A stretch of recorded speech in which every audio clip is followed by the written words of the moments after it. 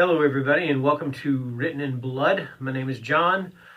So, as you've noticed, I've changed the name of this channel from just Written in Blood to Written in Blood, Books, Movies, Music, and Games. So I've been doing the books and I've been doing the movies. So today I want to do the music part of this channel. And what I want to do is, this is going to be part one of my horror soundtrack collection. I'm not really sure why I got into collecting horror movie soundtracks.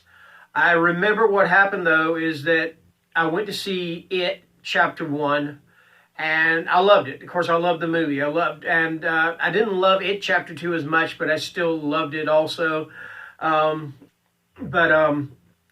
I was in FYE one day, and the movie had just come out. I think it was a couple of days after the movie, and I looked, and they had the soundtrack to It, Chapter 1, and I'm thinking, okay, so I just bought it on a whim, and I liked it. I mean, I really did. I liked it. I mean, I'm not the type of person that usually listens to instrumental music, or just no words, just music, period. And so there's been a big change for me, because most of the stuff I listen to is rock and roll. I listen to more the older country music, not the stuff they have nowadays, because I'm sorry, but to me, most of the country music of today is crap. That's just my opinion. If it's not yours, it's an unpopular opinion, and it's my opinion, okay? Anyway, so that just got the ball rolling. Was buying that soundtrack got the ball rolling, and I thought to myself, I want to try to find soundtracks to movies that I've seen and track those down. And I was able to do that with quite a few of them. In fact, some of them would be featured here. And then also, it's like when I go to the movies, or also when I watch shows on TV, I'll find myself listening to the music, and it's really interesting because I'll give you an example. Take, for instance, Game of Thrones.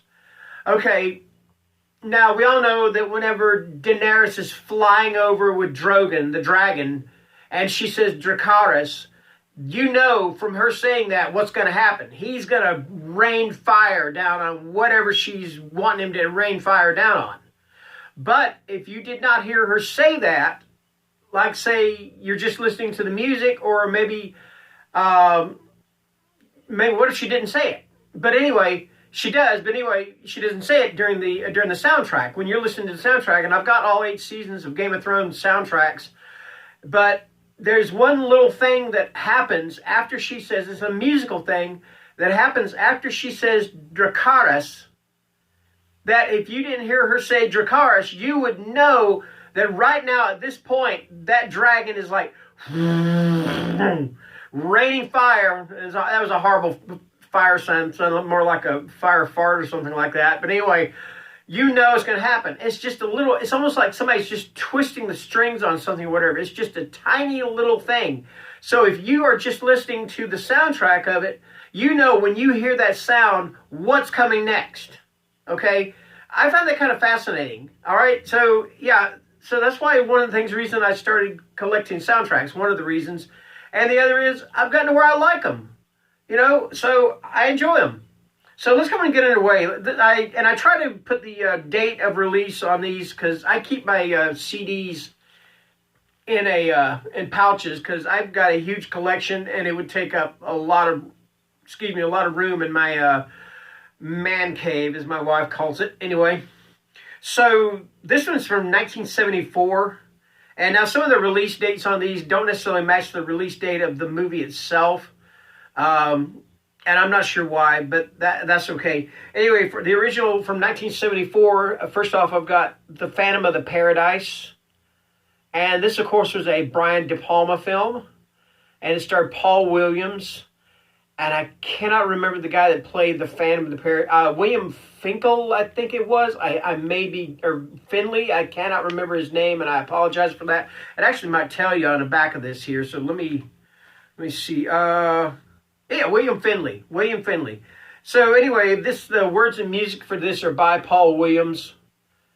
And if you've never heard of Paul Williams, think Smokey and the Bandit, and the guy that's got the son, or he's supposed to be his son. The guy's real tall, and then there's a little short guy, and they're dressed alike. Well, that's Paul Williams, but he was a singer, songwriter, and composer. back in the 70s. And he's not really doing anything now. They did like a little documentary on him. But anyway, he did the soundtrack for this, the Phantom of the Paradise. Okay. Now, one of the soundtracks I wanted to seek out the most was for The Howling. And this is from 1981. And the music is by Pino Donaggio. And this is the soundtrack for the original The Howling. You know, now I'm not going to sit here and tell you what type of music it is, what instruments are on, because I don't know that stuff. I mean, if you told me to show you the difference between an arpeggio and an archipelago, I probably couldn't tell you, okay? I just know that if I like it, I like it. So, there you go. Anyway, this is the soundtrack for The Howling. Okay. And next up is another one that I truly sought out, and it took me a while to find an actual soundtrack recording of it. And this is for John Carpenter's The Thing. Now, John Carpenter usually does the music for his own movies. But in this instance, the music here is by Ennio Morricone. And he's famous for doing all those spaghetti westerns, like The Good, the Bad, and the Ugly, for A Fistful of Dollars, all of those. In fact, he was actually coaxed out of retirement by Quentin Tarantino for his film, The Hateful Eight. So anyway, this is The Thing, and this is from 1982.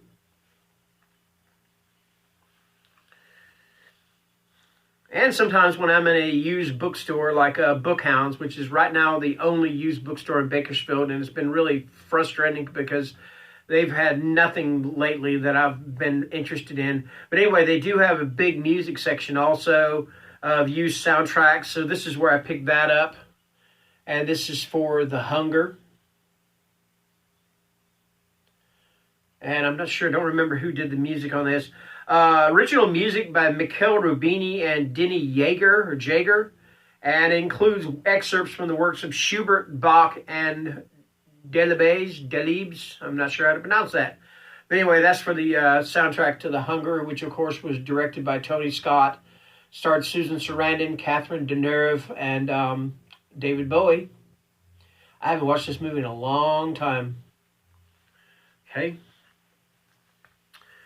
And another one that I sought out because I absolutely love this movie, and I think this is David Cronenberg's masterpiece of a movie, and is one of the greatest body horror movies ever made. And this is The Fly. Of course, this is starring Jeff Goldblum, Gina Davis, John Getz. And the music for this is by Howard Shore. And when I first heard Howard Shore's name associated with soundtracks, I remember he used to be on Saturday Night Live. He was the house band on Saturday Night Live. It was Howard Shore and his all-nurse band.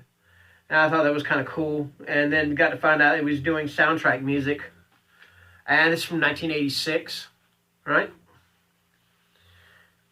Okay, and this is definitely another one that I sought out. In fact, a lot of these are ones, like I said, that I've sought out to try to find. You could say this one is a science fiction film, but to me, it is science fiction, a sci-fi horror hybrid for sure. And that is the music for Aliens. Okay. And this is from 1987. Music is by James Horner and the London Symphony Orchestra. And of course, you know who starred in Aliens: Sigourney Weaver, Michael Biehn, very underrated actor, if you ask me. And of course, this was directed by James Cameron, and it's definitely one of his best films. Okay. And then I have one of my all-time favorite movies of any genre. And you could argue this is not a horror film. It is a horror film. It's a psychological horror film. And from 1991, I'm talking about The Silence of the Lambs. And of course, starring Jodie Foster, Anthony Hopkins, Scott Glenn. And the music for this is again by Howard Shore, and from 1991. Okay, now this is kind of various artists or various music. These are like little excerpts from episodes of Tales from the Crypt. I found this at Bookhounds and picked it up. And some of the music is by Danny Elfman. And then there's other stuff, people too. Danny Elfman, Jan Hammer, who was the, or Jan Hammer, I believe he was the guy that did the soundtracks for Miami Vice. Yeah, I believe so. Let me see who else we have here. There's other ones. Jimmy Webb, who wrote the song By the Time I Get to Phoenix and Wichita Lineman. And of course, Danny Elfman. I had no idea before I started hearing Danny Elfman's name associated with soundtracks that he was actually the leader or a member of Oingo Boingo. I had no idea about that. So anyway, this is definitely another one that I sought out, and this is music is composed by and I hope I'm not butchering this poor guy's name, Wojciech Kilar. From 1992, this is for Bram Stoker's Dracula. This is one of my absolute favorite Dracula movies, and I absolutely love Gary Oldman as Count Dracula in this movie. And as much as a cool guy Keanu Reeves is, he gets a lot of flack for his acting sometimes, and yeah, his performance in this was not that great. It was kind of wooden. But I still like the guy. But anyway, this is the soundtrack for Bram Stoker's Dracula. And last but not least, and this is another one I sought out. I'm just disappointed in the fact that it's kind of a copy of the original soundtrack. I would have loved to have gotten the original soundtrack as done by Bernard Herrmann himself. But this is by Joel McNeely, the Royal Scottish National Orchestra, and it's actually still quite good. And of course, I'm talking about 1960s Psycho. Yeah, like I said, it's really good. Don't get me wrong. It's pretty much note for note, but it would still been great to have had Bernard Herrmann's doing it instead of just kind of a copy of Bernard Herrmann's music. So anyway, that's going to do it. That is part one of my horror soundtrack collection. This isn't necessarily anything that anybody's asked for. I just thought it'd be something nice to show off. I'll be doing part two again here pretty soon. And, and if it's something you don't like, that's fine. You don't have to watch it. I understand that. This may not be for everybody. It may not be to your taste. So that's cool. Anyway, thank you for watching. Have a great weekend. Excuse me. I've got to work. And be safe out there. Bye-bye.